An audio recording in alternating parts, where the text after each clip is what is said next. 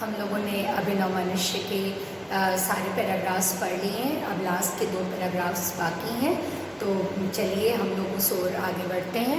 और इसके पहले मैंने जो पैराग्राफ आपको पढ़ाया है उसमें मैंने आपको ये बताया है कि मनुष्य जो है वो भले ही बहुत अधिक वैज्ञानिक और औद्योगिक प्रगति कर चुका हो, लेकिन आज भी मनुष्य के हृदय में प्रेम, एक दूसरे के प्रति दया का भाव, करुणा का भाव, अहिंसा, सत्य, इन सब की भावना मनुष्य में कम होती जा रही है।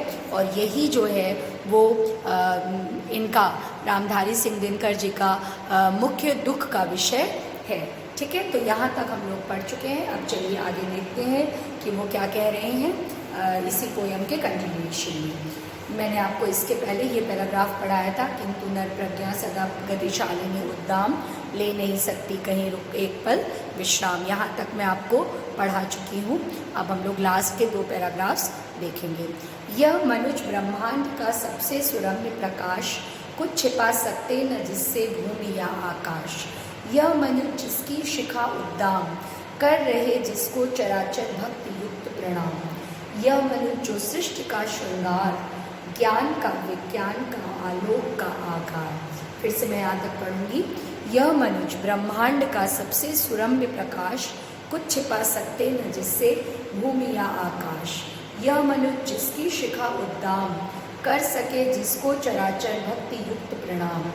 यह मनुज जो सृष्टि का श्रृंगार, ज्ञान का विज्ञान का आलोक का आगार।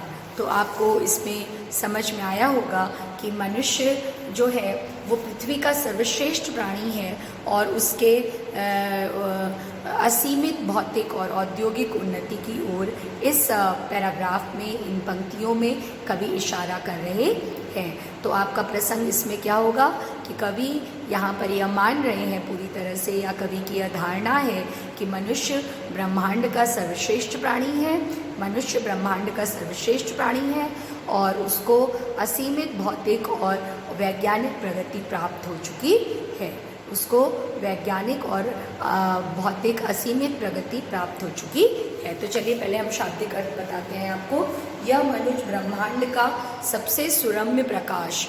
यह मनुष्य, ब्रह्मांड मतलब हमारा यूनिवर्स, मनुष्य मतलब आप जानते हैं जन या मनुष्य, सुरम्य मतलब होता है आकर्षक, सुरम्य मतलब होता है आकर्षक। तो कवि यहाँ पर यह कहना चाह रहे हैं कि जो मनुष्य है वो सबसे आकर्षक प्रकाश जो है वो इस पृथ्वी का है। कुछ छिपा सकते न जिससे भूमि या आकाश, और पृथ्वी और आकाश भी उससे कुछ भी छुपा नहीं सकते हैं। अर्थात पृथ्वी और आकाश के रहस्यों को मनुष्य ने यहाँ पर प्राप्त कर लिया है, जान लिया है। क्या मतलब हुआ कि पृथ्वी कुछ छिपा सकते न इससे जिससे भूमि या आकाश, की मनुष्य एक ऐसा सर्वश्रेष्ठ प्राणी बन चुका है, सर्वश्रेष्ठ नहीं सर्वश्रेष्ठ, एक ऐसा सर्वश्रेष्ठ प्राणी बन चुका है जो भूमि और आकाश के सारे रहस्यों को जानता है और वो कुछ भी उससे छुपा नहीं सकते हैं। यह मनुष्य जिसकी शिखा उद्दाम, शिखा मतलब होता है लौ, शिखा मतलब होता है लौ या चोटी, और मैंने उद्दाम मतलब आपको बताया था तेज या ऊपर उठी हुई। तेज के अर्थ में होता है उद्दाम और यहाँ पर होगा ऊपर उठी हुई। जिसकी जो शिखा है, ये मनुष्य जो है जिसकी शिखा उद्दाम, कि यह जो मनुष्य है उसकी जो ज्योत है, उसकी जो लौ है वो बिल्कुल बहुत तेज जो है वो जल रही है। कर रहे जिसको चराचर भक्ति युक्त प्रणाम। चराचर, चराचर में चर और अचर, चराचर मतलब ये जो वर्ड है आपका यहाँ पर देखिए चराचर, इसका संधि विच्छेद जब हम करेंगे 2 शब्द हैं इसमें, चर धन अचर। तो चर मतलब सजीव वस्तुएं, चर मतलब सजीव वस्तुएं और अचर मतलब निर्जीव वस्तुएं। ठीक है, चर मतलब चराचर शब्द जो यहाँ पर लिखा हुआ है चराचर, तो इसमें चर मतलब सजीव वस्तुएं और अचर मतलब निर्जीव वस्तुएं। ठीक है, ये समझ में आ गया होगा आपको।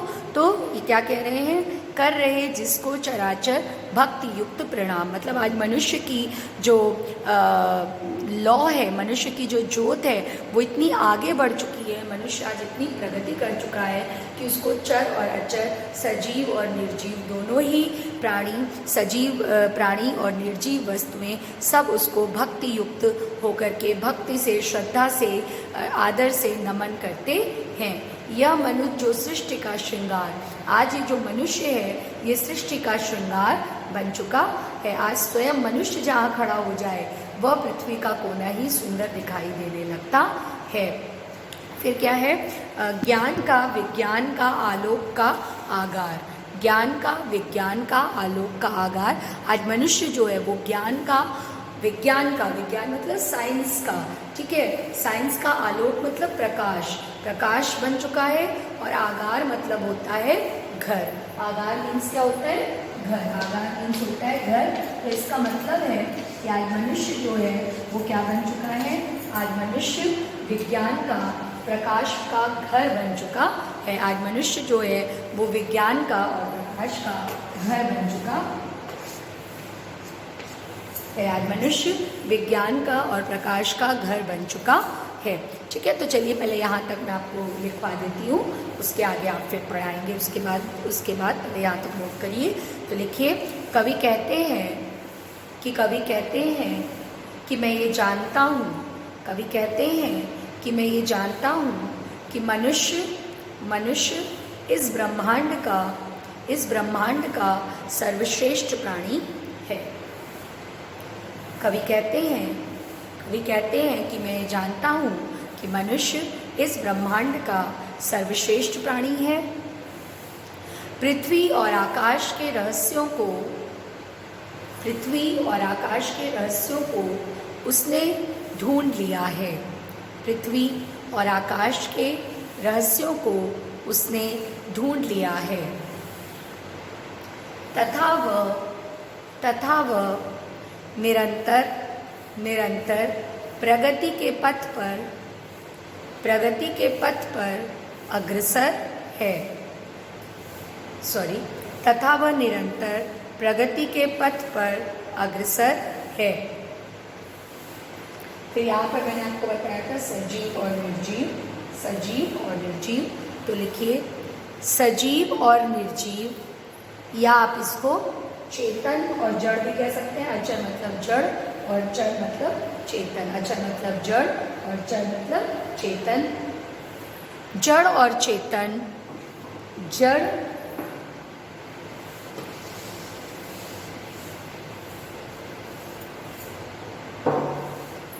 देख लीजिए,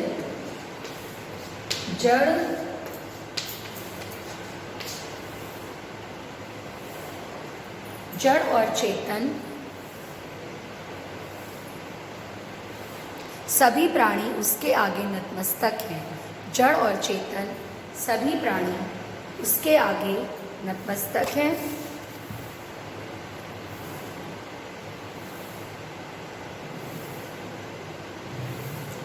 फिर उसके आगे आप लिखेंगे, क्योंकि वह पृथ्वी का या सृष्टि का, क्योंकि वह पृथ्वी का या सृष्टि का सर्वाधिक बुद्धिमान प्राणी है। सर्वाधिक बुद्धिमान प्राणी है। यह मनुष्य जो सृष्टि का श्रृंगार, ज्ञान का, विज्ञान का, आलोक का आगार। लिखिए, यह मनुष्य इस संसार का श्रृंगार है, इस जगत का। यह मनुष्य इस संसार का श्रृंगार है, क्योंकि उसने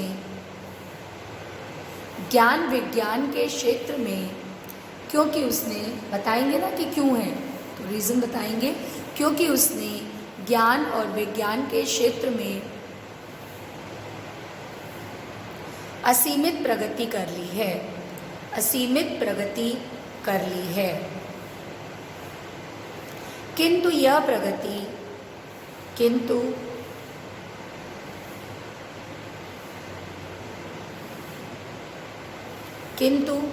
प्रगति उसका वास्तविक परिचय नहीं है। किंतु यह प्रगति उसका वास्तविक परिचय नहीं है, और ना ही यह उसके लिए कल्याणकारी मार्ग है और ना ही यह उसके लिए कल्याणकारी मार्ग है। ठीक है, फिर देखिए आगे, ना समझ में आ गया होगा। फिर आगे देखिए, अभी इस पैराग्राफ को जब पूरा पढ़ा देंगे तब उसके बाद हम आपको जो है वो साहित्यिक सौंदर्य साथ में लिखवाएंगे। व्योम से पाताल तक सब कुछ इसे है ज्ञेय, पर यह न परिचय मनुष्य का, यह न उसका श्रेय। यहाँ से आ भी सकता है। स्टार्टिंग की 4 लाइन जो आपको मैंने बताई, ये इस पैराग्राफ की, यह मनुष्य ब्रह्मांड का, या फिर कर रहे उसको चराचर भक्ति युक्त प्रणाम, यह मनुष्य जो सृष्टि का श्रृंगार, ठीक है, ज्ञान का, विज्ञान का, आलोक का आगार। ये सारी लाइंस जो है बहुत इंपॉर्टेंट हैं। ये जो लास्ट की 3 पैराग्राफ्स है ना, 4 पैराग्राफ्स, पर यह धरा सुरक्षिता सुपरीक्षिता, यहाँ से सारी ही पोयम व्याख्या की दृष्टि से कई बार पूछी जाती है। इसको आप अच्छे से पढ़ेंगे। व्योम से पाताल तक सब कुछ इसे है ज्ञेय, पर यह न परिचय मनुष्य का, यह न उसका श्रेय। श्रेय उसका बुद्धि पर चैतन्य उर की जीत, श्रेय मानव की असीमित मानवों से प्रीत। एक नर से दूसरे के बीच का व्यवधान तोड़ दे जो बस वही ज्ञानी वही विद्वान, और मानव भी वही। बहुत ही खूबसूरत बात उन्होंने इन पंक्तियों में कही है। फिर से मैं आपको बता रही हूँ, फिर से इसको रीच कर रही हूँ। व्योम से पाताल तक सब कुछ इसे है ज्ञेय, पर न यह परिचय मनुष्य का, यह न उसका श्रेय। श्रेय उसका बुद्धि पर चैतन्य उर की जीत, श्रेय मानव की असीमित मानवों से प्रीत। एक नर से दूसरे के बीच का व्यवधान तोड़ दे जो बस वही ज्ञानी वही विद्वान, और मानव भी वही। क्या कह रहे हैं वो ये कह रहे हैं यहाँ पर कि व्योम से पाताल तक सब कुछ उसे है ज्ञेय। आज मनुष्य को, इसको आप बताएंगे कि व्योम से पाताल तक उसको सब कुछ ज्ञेय है। व्योम मतलब आकाश, पाताल मतलब धरती के भी नीचे का जो भाग है, दैट इज कॉल्ड पाताल। तो आज मनुष्य को व्योम से आकाश से पाताल तक, आकाश से पाताल तक और पाताल से आकाश तक सब कुछ ज्ञात है। कोई भी ऐसी चीज़ नहीं है जो मनुष्य को ज्ञात ना हो। आज मनुष्य को व्योम से पाताल तक सब कुछ ज्ञात है, और कोई भी चीज़ ऐसी नहीं है जो आज मनुष्य को ज्ञात ना हो। पर न यह परिचय मनुष्य का, यह न उसका श्रेय। लेकिन मनुष्य का जो वास्तविक परिचय है वो ये नहीं है। मनुष्य का वास्तविक परिचय ना ये है और ना ही उसका ये श्रेय है। श्रेय मतलब कल्याण, मतलब उसका कल्याण का मार्ग ये नहीं है, और ना ही उसका जो कुछ ज्ञेय है। ज्ञेय मतलब होता है जाना जा सके, ज्ञेय मतलब जो कुछ भी जाना जा सके। ज्ञेय मतलब है जो कुछ जाना। इस वर्ड का ना ज्ञेय, 2 वर्ड लिखे हैं, ज्ञेय और श्रेय। तो ज्ञेय मतलब है आपका कि जो जाना जा सके, और श्रेय मतलब है जो कि कल्याणकारी है। ज्ञेय मतलब जो जाना जा सके, और श्रेय मतलब जो कल्याणकारी है। वो आज मनुष्य का जो जानने वाली बातें हैं वो उसके लिए कल्याणकारी नहीं है। केवल वही। ऐसा तो नहीं है कि केवल साइंस की प्रगति का वो विरोध नहीं कर रहे हैं, बल्कि किस नवीन दृष्टि से वो साइंस की प्रगति को देख रहे हैं, ये हम यहाँ देखेंगे।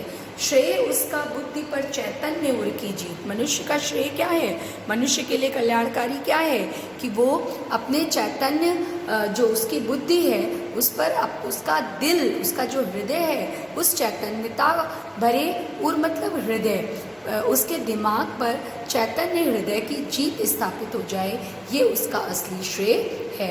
श्रेय मानव की असीमित मानवों से प्रीत, और एक मनुष्य अनेक मनुष्यों से प्रेम करे, ये उसका श्रेय है। श्रेय मतलब एक तो कल्याणकारी होता है, श्रेय मतलब कि आपको उसका श्रेय दिया जाता है ना। तो जो मनुष्य का श्रेय है वो क्या है, मनुष्य का श्रेय ये है कि मनुष्य दूसरे प्राणियों से, प्राणी मात्र से प्रेम करे, दूसरे मनुष्यों से प्रेम करे। एक नर से दूसरे के बीच का व्यवधान तोड़ दे, बस वही ज्ञानी वही विद्वान। और एक मनुष्य से दूसरे मनुष्य के बीच का व्यवधान, रुकावट, एक मनुष्य से दूसरे मनुष्य तक पहुंचने की जो बाधा है वो जो मनुष्य तोड़ देगा, बस वही विद्वान वही ज्ञानी मनुष्य है, अर्थात सब कुछ जानने वाला है। वही विद्वान मनुष्य है, अर्थात बुद्धिमान मनुष्य है। और मानव भी वही, और मनुष्य भी वही है। क्या कह रहे हैं कवि कि जो मनुष्य, आपको इसको समझाने थोड़ा सा, कि वो कह रहे हैं कि जो मनुष्य जो है वो दूसरे मनुष्यों के हृदय को जीत ले और दूसरे मनुष्य के लिए सद्भावना और सद्भाव जागृत कर ले, वही मनुष्य जो है वो महान है। जो एक मनुष्य से दूसरे मनुष्य के बीच पहुंचने की बाधाओं को पार कर ले, वास्तव में वही मनुष्य है। तो शाब्दिक अर्थ तो आपको इसका समझ में आ गया होगा। इसको लिख लीजिए आप, क्योंकि ये इम्पॉर्टेंट है, तो इसको आप लिख लीजिए। मैंने आपको इसके पहले यहाँ तक लिखवाया था, यह मनुष्य जो सृष्टि का श्रृंगार, ज्ञान का विज्ञान का आलोक का आगार, यहाँ तक लिखवाया था। लिखिए उसके आगे, व्योम से पाताल तक सब कुछ उसे है गें, पर न यह परिचय मनुष्य का, यह न उसका श्रेय। आज मनुष्य को, उसी में आप कंटिन्यू करेंगे कि कवि कहता है, अगर मान लीजिए यहाँ से आ जाता है तो कवि कहता है लिखेंगे, अगर यहाँ से नहीं आता है तो उसी में जो आपको लिखवाया है इसके पहले उसमें कंटिन्यू कर देंगे आप, कि कवि कहता है आज मनुष्य को आकाश से लेकर पाताल तक सब कुछ ज्ञात है। आज मनुष्य को आकाश से लेकर पाताल तक सब कुछ ज्ञात है, किंतु अर्थात, लिखिए अर्थात उसने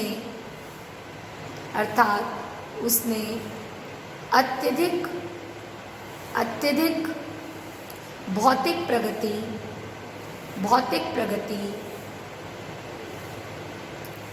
प्राप्त कर ली है। अत्यधिक भौतिक प्रगति या विकास प्राप्त कर लिया है,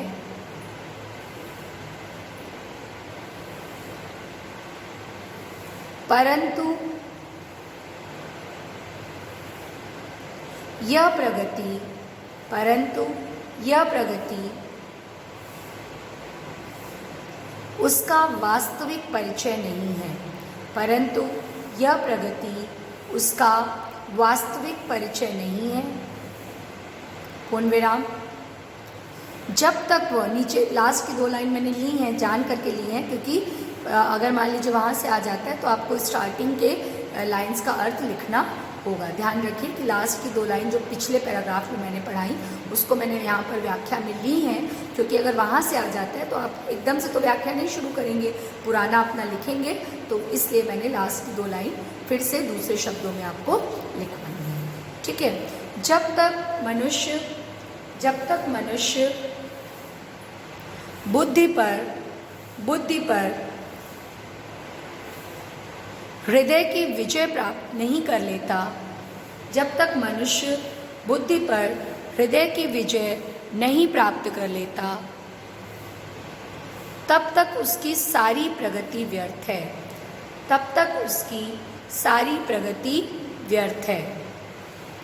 जब तक उसके हृदय में, पूर्ण विराम लगाएंगे, जब तक उसके हृदय में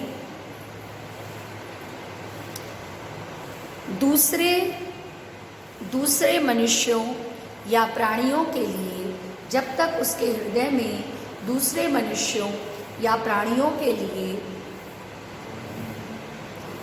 प्रेम भाव जागृत नहीं होता,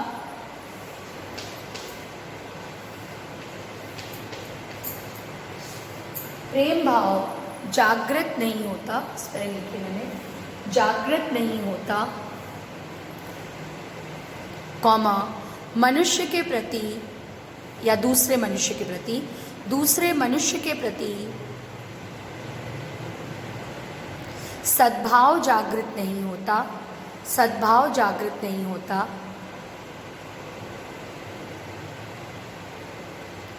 तब तक यह वैज्ञानिक और भौतिक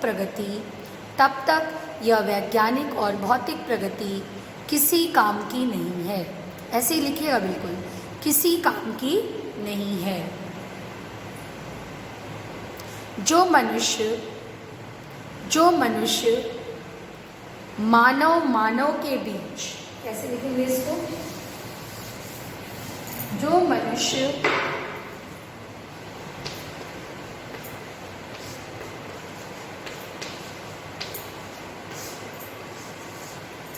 मानव मानव के बीच बनी दीवार को तोड़ दे, बनी दीवार को तोड़ दे, वही ज्ञानी है, वही ज्ञानी है, कौमा वही विद्वान है, वही विद्वान है। तथा तथा हम सच्चे अर्थों में, हम सच्चे अर्थों में उसी को मनुष्य कह सकते हैं, उसी को मनुष्य कह सकते हैं। मानव में मानवीय मूल्यों का होना, मानवीय मूल्यों,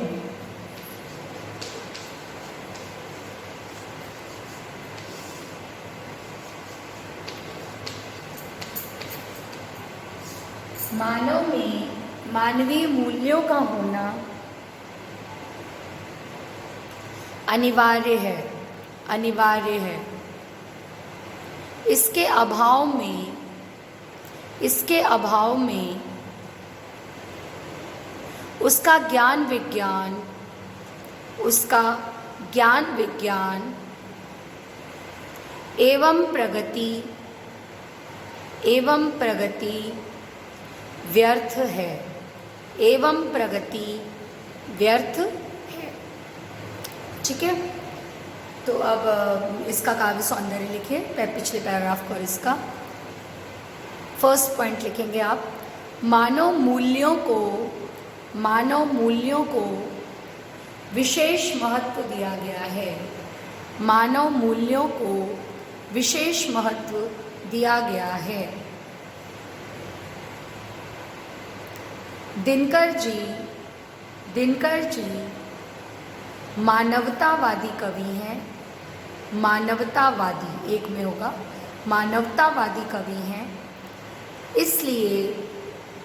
इसलिए भावनात्मक मूल्यों को बहुत महत्व देते हैं या अत्यधिक महत्व देते हैं, बहुत महत्व देते हैं या अत्यधिक महत्व देते हैं।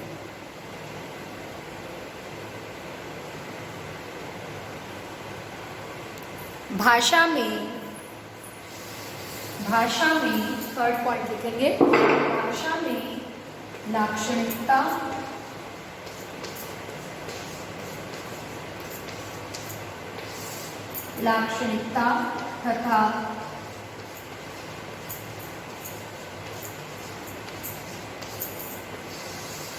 तथा प्रतीकात्मकता विद्यमान है।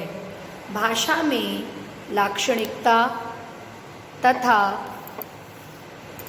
प्रतीकात्मकता विद्यमान है।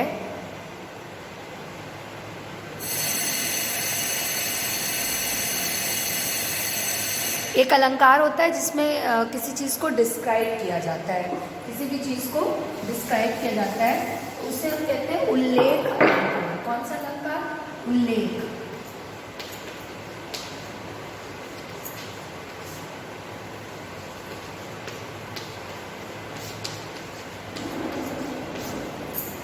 तो उल्लेख अलंकार है यहाँ पर। और शुद्ध साहित्यिक खड़ी बोली है, शुद्ध साहित्यिक खड़ी बोली है। और भाषा में माधुर्य गुण है, भाषा में माधुर्य गुण है। ठीक है, तो ये 2 पैराग्राफ्स आप अच्छे से बेटा तैयार करेंगे और इसका नोट्स आप अच्छे से प्रिपेयर करेंगे। फिर मैं आपको नेक्स्ट वीडियो में, नहीं तो ये वीडियो बहुत लंबा हो जाएगा और आप भी देखते देखते बोर हो जाएंगे, लिखते लिखते थक जाएंगे। तो मैं नेक्स्ट वीडियो में लास्ट पैराग्राफ आपको पढ़ाऊंगी, क्योंकि उसको आपको नोट करना और समझना ज़रूरी है, क्योंकि वो पोएम का कंक्लूडिंग पैराग्राफ है। Okay, so kindly note it down in your copies, understand this, make this understand. If any problem, then please ask me, and kindly note it in your fair copies. Thank you. God bless you.